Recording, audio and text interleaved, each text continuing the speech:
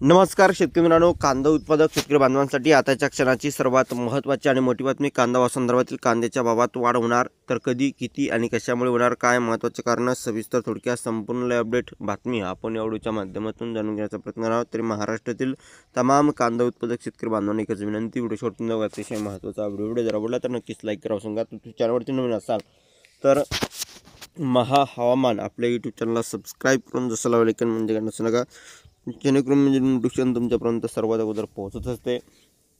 चला तर मित्रांनो, संपूर्ण व्हिडिओला सुरुवात करतो आहे. काय त्या संदर्भातील महत्त्वाचे अपडेट संपूर्णपणे जाणून घेत आहोत. जसं की तुम्ही या ठिकाणी स्क्रीनवर बघतच आहात, नाफेड NCCF कडून बफर स्टॉकचा कांदा बाजारात, एकंदरीतच महत्त्वाची अपडेट आहे, महत्त्वाची घडामोड आहे जी तुमच्यापर्यंत पोहोचत आहोत. नाफेड NCCF कडून या ठिकाणी बफर स्टॉकचा कांदा बाजारात, एकंदरीतच महत्त्वाची अपडेट आहे. किंमत स्थिरीकरण निधी योजनेअंतर्गत केंद्र सरकारच्या ग्राहक व्यवहार मंत्रालयाने यंदा 3 लाख टन कांद्याची खरेदी केली आहे आणि एकंदरीतच त्या संदर्भातील महत्त्वाची बातमी आपण बघत आहोत. एकंदरीतच या ठिकाणी कांद्याच्या भावात वाढ होणार की काय, असा प्रश्न सध्या होत आहे.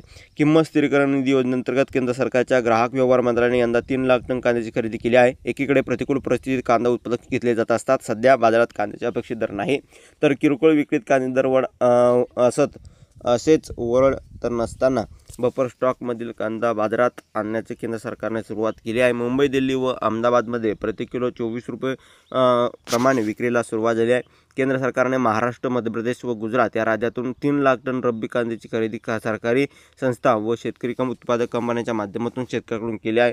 या कांद्याच्या खरेदीतील गैरव्यवहार चर्चा सुरू आहे, तर 2 महिन्यापासून झालेली खरेदीचे पैसे शेतकऱ्यांना मिळाले नाही आणि अशातच केंद्रीय ग्राहक व्यवहार, अन्न व सार्वजनिक वितरण मंत्री प्रल्हाद जोशी यांच्या हस्ते 24 रुपये प्रतिकूल दराने कांदा विक्रीला सुरुवात झाली आहे. केंद्र सरकार या ठिकाणी बघितलं, केंद्र शेतकरी आणि ग्राहक कल्याणकारी वचनबद्ध आहे. अन्नधान्य महागाई नियंत्रणात ठेवले की सरकारचे प्राधान्य या ठिकाणी आहे.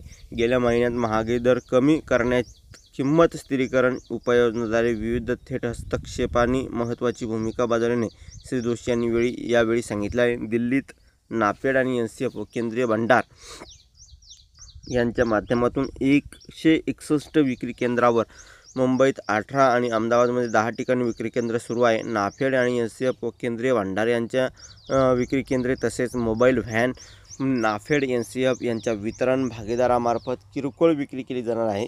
दरात वाढ होईल तसा कांदा बाजारात आणला जाणार आहे. दिल्लीसाठी मध्य प्रदेशातून तर मुंबईसाठी नाशिकमधून कांद्याचे ट्रक पाठवल्याची माहिती समोर येत आहे. अशा प्रकारची ही महत्त्वाची अपडेट आहे कांदा उत्पादक शेतकरी बांधवांसाठी.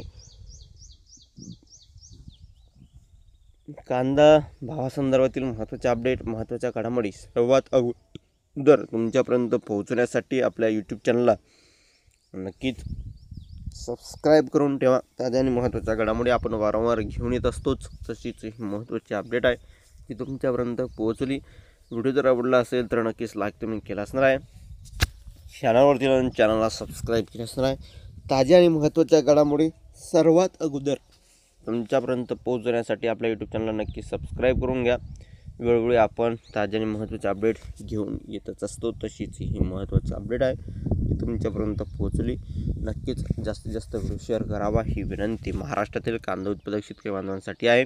धन्यवाद मित्रांनो. माझा व्हिडिओ शेवटपर्यंत दिला. व्हिडिओ माहितीपूर्ण कांदा बाजाराच्या अपडेट्स तोपर्यंत इथेच थांबतो आहे. जय महाराष्ट्र, जय शिवराय. धन्यवाद. सबस्क्राईब, लाईक आणि कमेंट करा. तर भेटूया